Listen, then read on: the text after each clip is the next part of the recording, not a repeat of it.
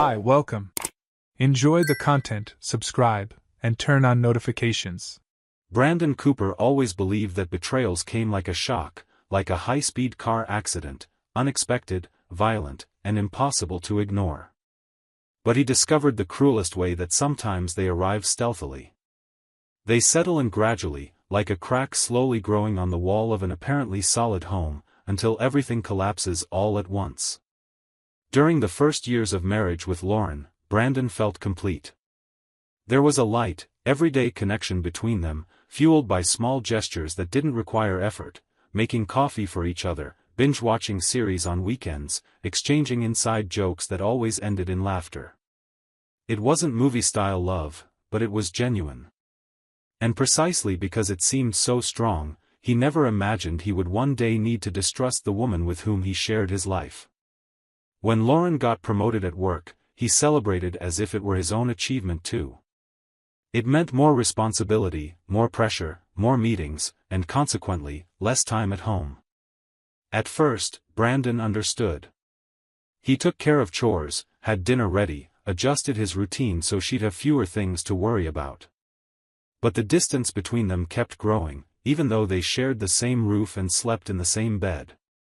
She started responding in monosyllables. She smiled less. And when she did smile, it was at her phone. The affection that used to be spontaneous turned into absence. Brandon began to notice they no longer touched, no longer talked, and barely looked into each other's eyes. He tried to bring up simple topics, but always got back a "I'm tired," or an uncomfortable silence.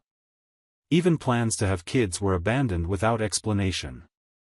Lauren no longer scheduled doctor appointments and treated the subject as irrelevant, as if it had never been important. And then, without warning, everything changed. On an ordinary night, she showed up with Brandon's favorite dish, bought from a restaurant he loved. She said she missed him. She kissed his forehead like in the old days. She lay next to him, her body pressed against his, like she hadn't done in a long time. And in the following days, the change was even more radical. Lauren was present, smiling, participative. She went back to sending loving messages during the day, left notes hidden around the house, laughed at his jokes as if no time had passed.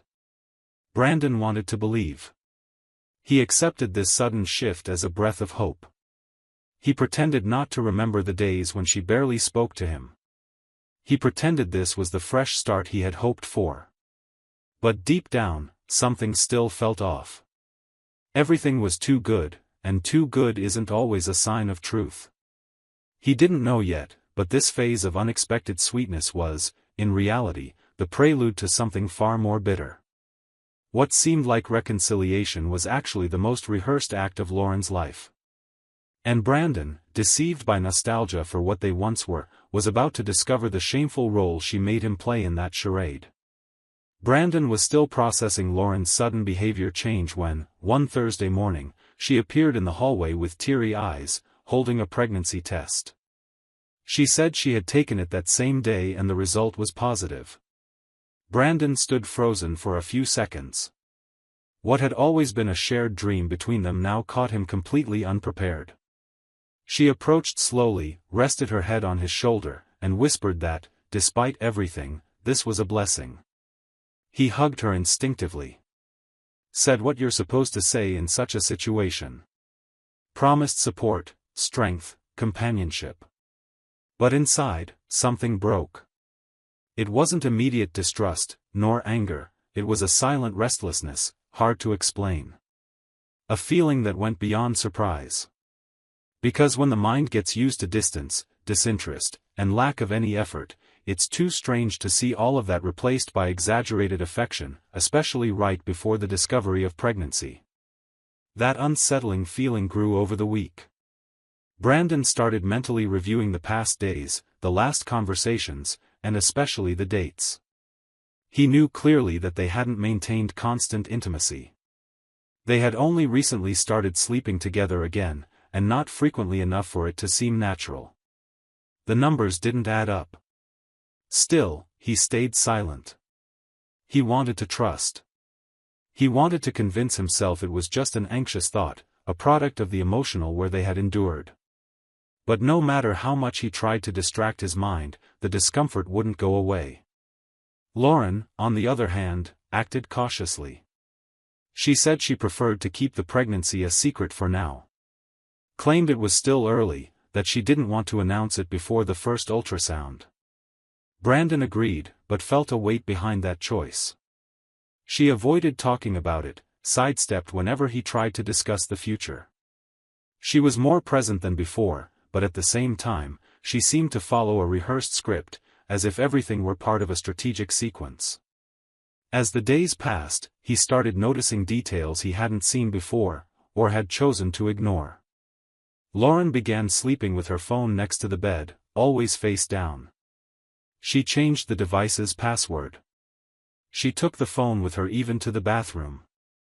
She quickly turned off the screen whenever he approached. These actions, combined with the sudden pregnancy, reignited in Brandon a difficult-to-control feeling, doubt. He tried to push away bad thoughts, but his mind had already been contaminated. He began paying closer attention to her hours, the places she claimed to frequent, the type of messages they exchanged. Nothing seemed suspicious at first glance, but what really led him to act was a specific detail: Lauren had stopped mentioning Zachary Moore's name. Before, Brandon always heard stories about Zachary, the project manager at the company, the guy from long meetings, the demanding supervisor, the coworker present in everything. But, after some time, he simply disappeared from her conversations. Lauren talked about everything: deadlines, deliveries, reports. Except him.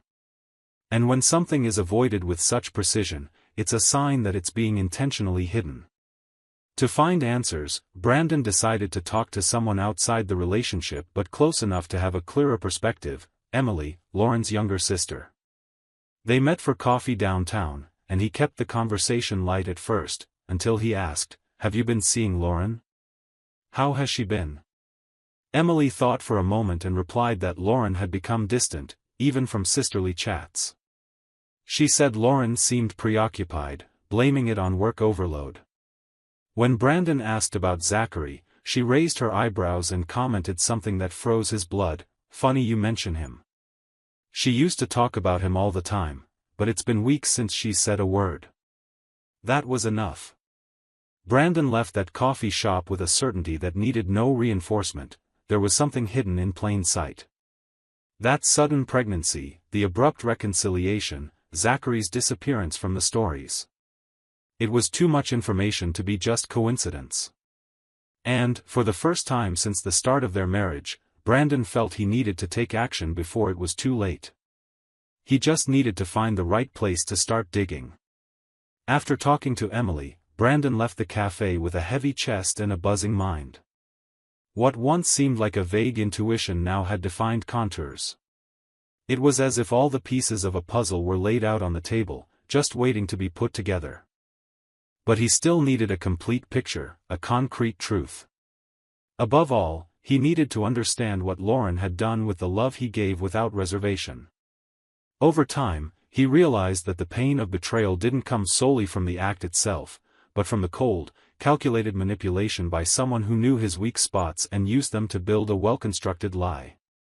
During a sleepless night, rummaging through old things in the hallway closet, Brandon found a tablet stored in a box.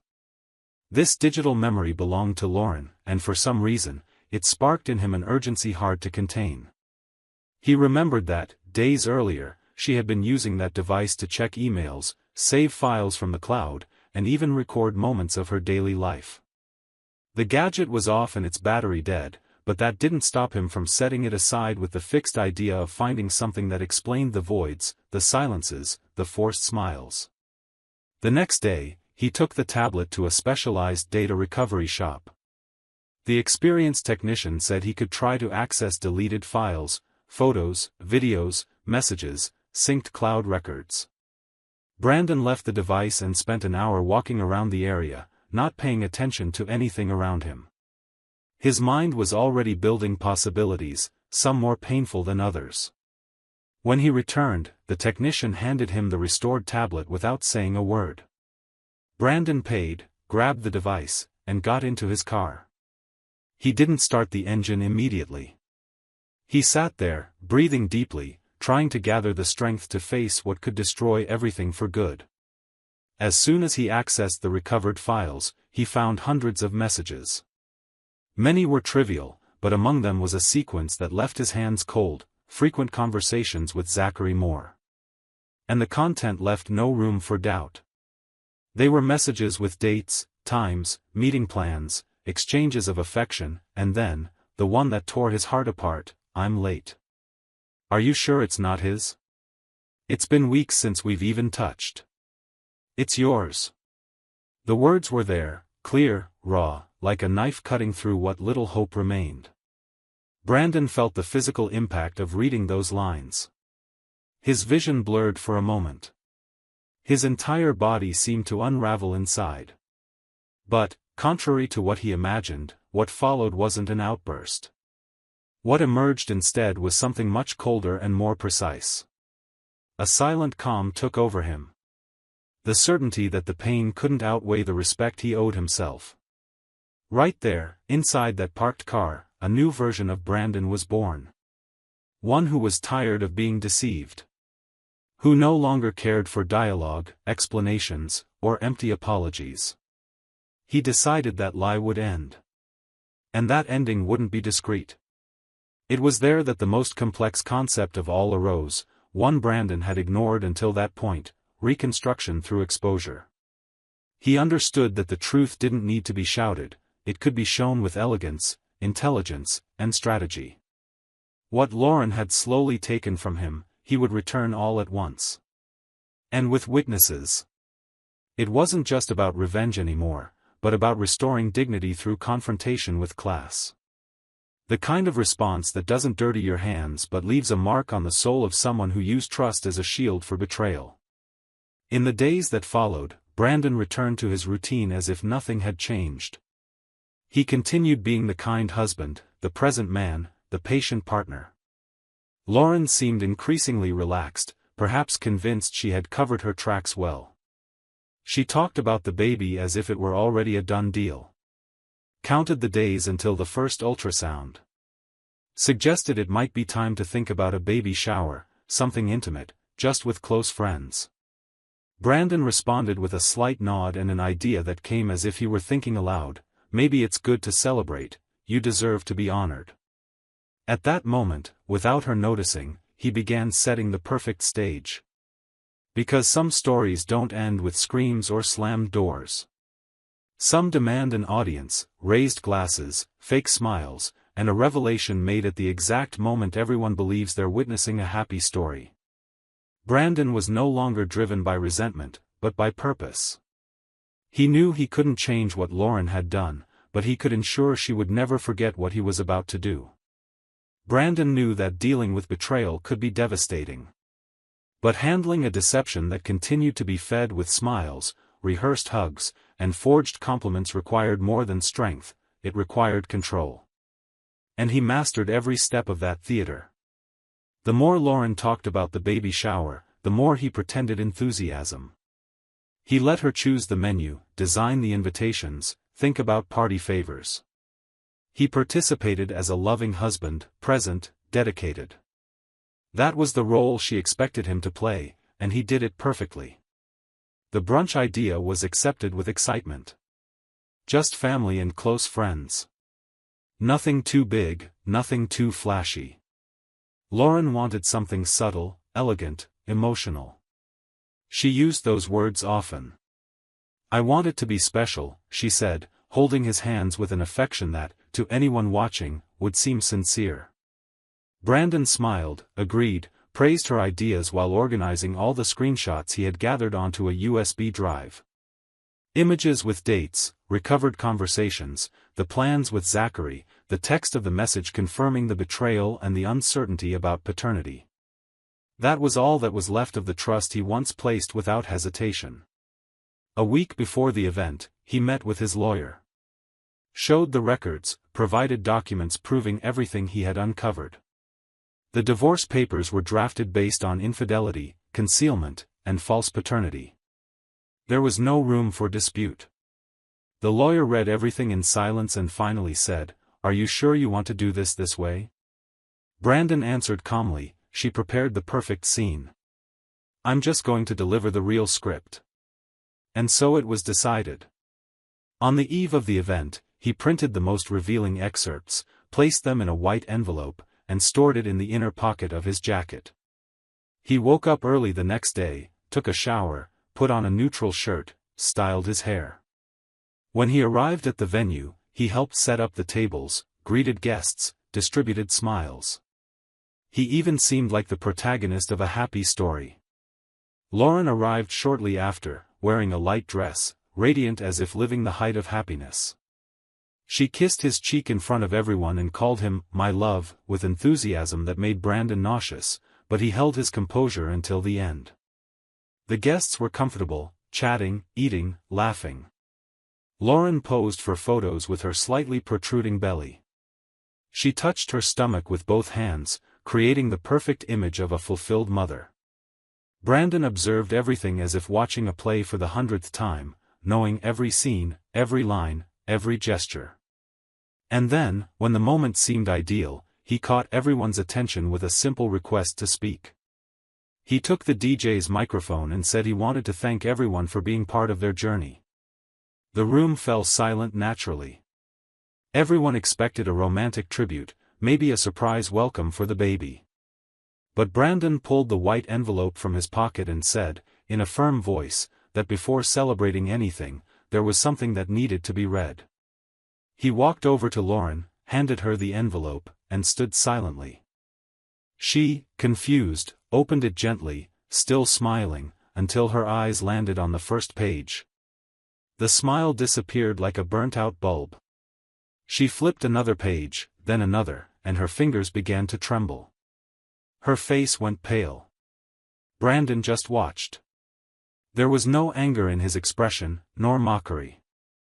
Only a firm, determined gaze, like someone who had already weathered the storm and now watched the wreckage return to where it came from. The guests exchanged glances, trying to understand what was happening. Some approached, peeked over her shoulder, and when the names and phrases began to be read in hushed tones, tension filled the room. Lauren remained motionless, her eyes fixed on the evidence of her own lie. Brandon then said, in a direct tone, that the baby everyone was about to celebrate belonged to another man. That Lauren had deceived not only him but everyone there while maintaining a relationship with her boss and using the pregnancy as a cover for what had been happening for over a year. The silence was absolute. No sound of clinking glasses, forks, or chatter. Only a heavy atmosphere, full of shock and shame. Brandon headed for the exit, without changing his tone, saying the divorce papers had already been filed, and from that moment on, the truth was exposed for anyone willing to see. Lauren tried to follow him, asked to talk, muttered incoherent words, but he didn't stop. He moved forward with the lightness of someone who had already freed himself long before leaving that chair. He didn't give a speech, didn't break anything, didn't raise his voice. And perhaps that's why the impact was even greater. Because he had enough control to leave her speechless in front of everyone. That was the worst pain for someone who tries to manipulate others' feelings, being unmasked in silence. With no chance of counterattack. Without a complicit audience. Just raw exposure. Without filters. Exactly as she deserved. With the party ending as abruptly as it was revealing, Brandon didn't return to the house where he shared his life with Lauren. That night, he checked into a nearby hotel, silenced his phone, and stared at the ceiling like someone finally feeling the weight of freedom. It wasn't immediate relief, but a clean space within himself where chaos once lived. For the first time in a long time, he slept without that nagging unease in his chest, without the constant need to monitor his own steps and those of the woman who pretended to love him. In the days that followed, he returned to the old house only to collect his belongings. Lauren had already left. He took his clothes, perfumes, documents, and even the photo frames. He left no notes. No explanations. No apologies. Her absence was the biggest confirmation that everything he did was necessary. That house, once full of shared memories, was now empty of resentment. And that was more than enough. The divorce process was concluded without resistance. Lauren signed the papers, delivered them through her lawyer, and disappeared from Brandon's life like dust carried through an open window. No attempt at reconciliation, no request for conversation. It was as if the public embarrassment had drained all the energy she had to fight for something that was never real. And maybe that was for the best. Because when everything ends without confrontation, the truth echoes longer. Brandon moved on with his life, far from scandals, far from the distorted versions that tend to arise when the guilty try to manipulate the aftermath. Without rushing, he rebuilt himself in silence. He rented a smaller, more practical apartment. Reorganized his habits, returned to the gym, started going on walks, and regained time for himself. Some friendships grew closer, others faded along the way. He didn't feel the need to explain anything to anyone. Those who saw what happened understood. Those who pretended not to see were never on his side. And that was part of the lesson: not everyone deserves to stay. The most curious thing is that months later, he received a message from a woman named Mia. She introduced herself as Zachary Moore's ex-fiancé, the man behind the lie Lauren tried to sustain. She said she found out everything when the scandal went viral on social media. They arranged a meeting. Had coffee. Talked for hours. Between restrained laughter and intense venting, an unexpected connection formed between two people carrying scars made by the same hands. It was as if, somehow, the universe brought them together to rebuild what had been destroyed. Over time, that conversation turned into daily text exchanges.